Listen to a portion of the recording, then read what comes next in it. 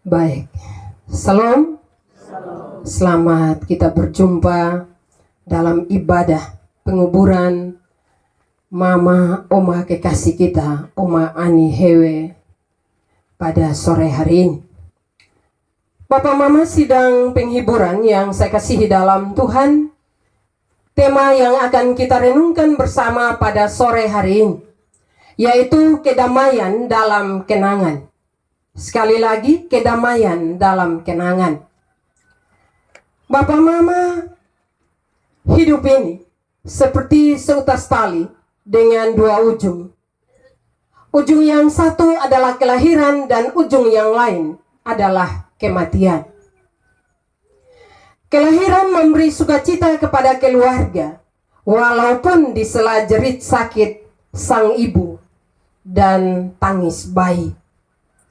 Sebaliknya, kematian memberi ketenangan kepada yang meninggal. Tetapi ada rasa duka dan juga ada rasa sedih kepada keluarga yang ditinggalkan. Itu terbukti ketika orang-orang yang kita cintai meninggal, pasti kita menangis. Bapak Mama sidang penghiburan. Mungkin dengan cara pandang ini, maka pengkhotbah menyatakan hari kematian lebih baik dari hari kelahiran. Hari kematian adalah hari kebebasan dari jerit tangis, rasa sakit dan juga penderitaan hidup.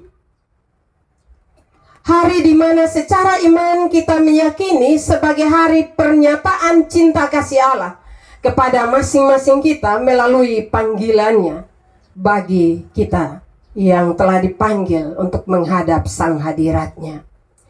Bapak Mama, di antara lahir dan mati adalah waktu yang dianugerahkan kepada kita untuk memberi makna terhadap dua ujung kehidupan itu. Apakah hidup kita bermakna positif sehingga kelahiran kita di dunia ini tidak disesali orang atau bahkan tidak dikenang setelah kematian? Pengkhotbah memberi suatu konsep hidup yang berarti bagi kelahiran dan kematian kita, yaitu menjaga keharuman nama, karena itu lebih baik daripada minyak yang mahal. Dalam kitab Amsal pasal 22 ayat yang pertama, Salomo menuturkan, nama baik lebih berharga daripada kekayaan besar, dan nama baik bisa membuat disayang orang. Bapak Mama, ini konsep kehidupan yang nampak sederhana, tetapi sulit dilakukan. Terutama di zaman sekarang ini, yang penuh persaingan dan egoisme.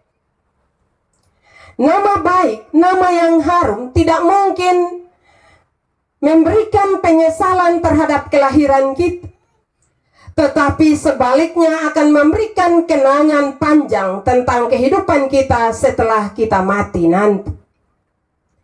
Nama baik terbentuk melalui tutur kata, lewat perilaku, lewat pikiran, dan perbuatan hidup yang baik. Bapak Ibu sidang penghiburan yang dikasihi Tuhan, terlepas dari keterbatasan dan kelemahan seorang manusia, Oma Ani sudah selesai mengukir sejarah hidupnya dengan keharuman. Nama seorang oma yang penuh tanggung jawab, pengasih, dan juga pembimbing anak-anak dan cucu-cucunya.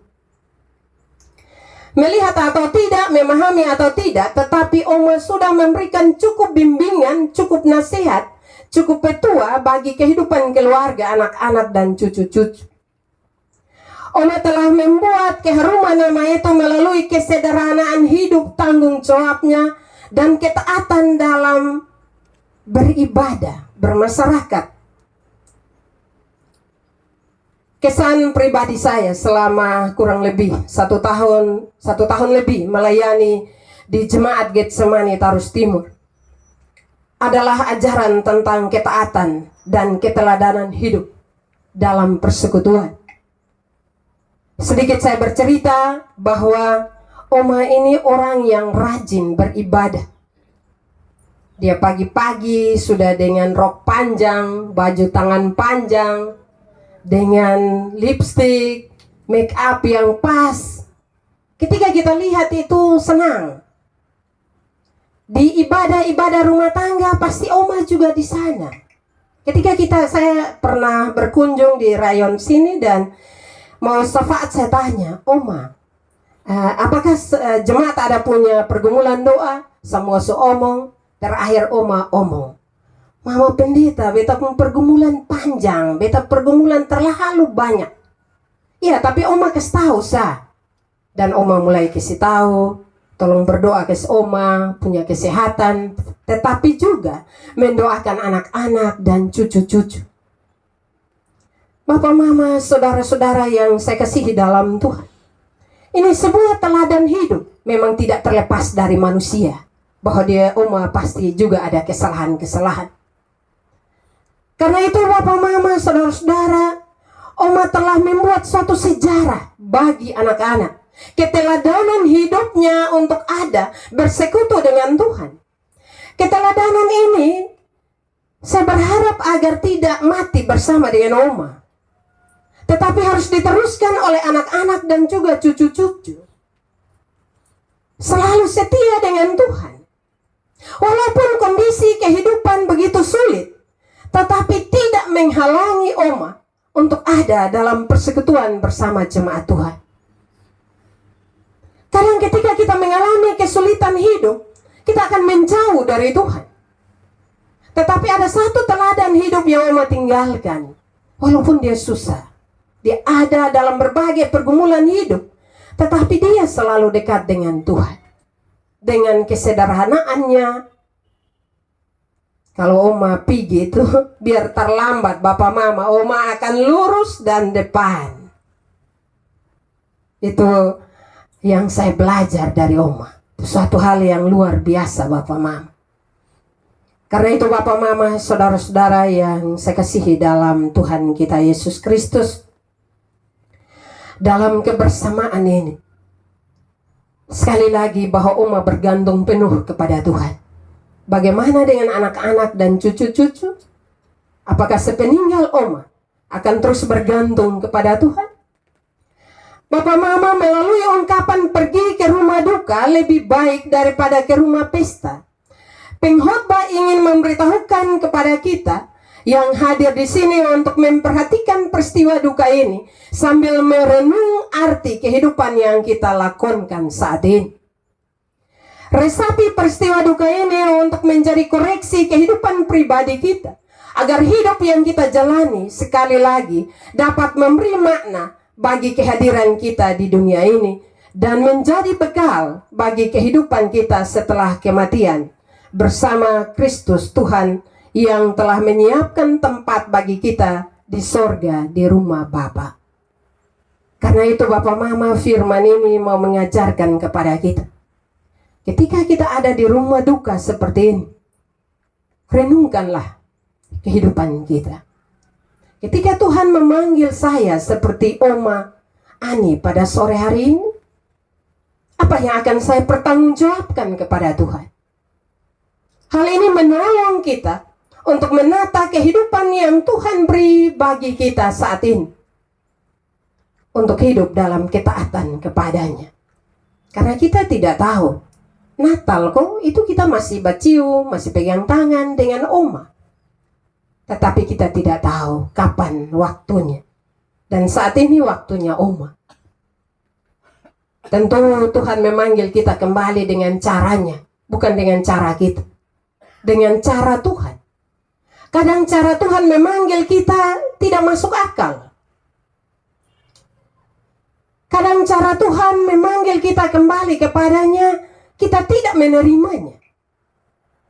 Kadang kita sanksi, kenapa begini? Kenapa Tuhan ambil orang-orang yang setia kepadanya? Kenapa Tuhan tidak ambil itu orang yang jauh dari kehendak Tuhan, yang hidup seni betul dan seterusnya? Kadang kita komplain Bapak Mama. Tetapi itulah cara Tuhan. Cara Tuhan untuk memanggil kita kembali kepada pangkuannya. Karena itu tanggung jawab kita yang masih hidup di dunia ini, Sekali lagi Bapak Mama, berilah makna dalam menjalani hidup ini. Sehingga ketika kita meninggal, orang akan menceritakan kebaikan-kebaikan kita. Kalau tidak Bapak Mama, ketika kita dalam menjalani hidup ini melakukan hal-hal yang menjengkelkan, yang menyakiti hati orang, ketika kita mati, ya orang juga datang, padahal mati orang bilang, biar kau cepat. Karena itu ukirlah hal-hal yang baik dalam mengisi kehidupan yang masih Tuhan percayakan bagi kita. Meninggalkanlah hal yang baik, nama baik lebih berharga tadi Bapak Mama. Firman menyatakannya kepada kita. Nama baik berharga bukan berarti kita makan puji, tidak. Tetapi dalam perjalanan kehidupan kita, kita melakukan hal-hal yang baik, yang sesuai dengan kehendak Tuhan. Sehingga kita mati, atau kita kembali kepada Sang Pencipta. Ada teladan hidup yang orang belajar dari kita, yang walaupun masuk lubang, tapi orang selalu bercerita. Bukankah itu suatu kebahagiaan? Bukankah itu juga menolong kita? Kadang dalam perjalanan hidup kita, kita bilang, buat harba biruk sah. Nanti semua mati baru buat yang baik. Jangan Bapak Mama. Sekali lagi, kita tidak tahu kapan kita mati. Karena waktu kematian, rahasia bagi kita, tapi tidak rahasia bagi Tuhan. Karena itu Bapak Mama, sekali lagi, dalam menjalani kehidupan yang sisa ini, sebagaimana kebenaran firman Tuhan menyatakan kepada kita, nama yang harum lebih baik daripada minyak mahal, dan hari kematian lebih baik daripada hari kelahiran. Karena itu jalanilah hidup ini dengan selalu bersyukur, dan juga melakukannya, mengisinya dengan melakukan hal-hal yang baik. Bapak Mama, saudara-saudara yang saya kasihi dalam Tuhan, untuk memperhatikan peristiwa duka ini, sambil merenung arti kehidupan yang kita lakukan saat ini, resapi peristiwa duka ini untuk menjadi koreksi kehidupan pribadi kita, agar hidup yang kita jalani sekali lagi dapat memberi makna bagi kehadiran kita di dunia ini, dan menjadi bekal bagi kehidupan setelah kematian bersama dengan Yesus. Temukanlah kedamaian, ketenangan yang sudah Oma Ani terima, karena hidup dalam keharuman nama melalui kenangan akan petua, didikan, dan bimbingan yang telah diberikan bagi kita. Itu sangat bermanfaat. Saya percaya bahwa semua orang akan bercerita tentang kebaikan Oma. Karena itu marilah kita sama-sama berdoa, saling mendukung satu dan yang lainnya, terutama bagi kedua anak yang ada di tempat rantau, dan cucu-cucu, mantu, kita mendoakan mereka agar teladan hidup yang Oma tinggalkan itu dapat diteruskan dalam kehidupan, dalam siarah di dunia ini. Karena itu marilah kita punya tanggung jawab bersama untuk saling mendukung dan saling mendoakan satu dengan yang lainnya. Biarlah kebenaran firman Tuhan sore hari ini memberkati kita semua. Amin.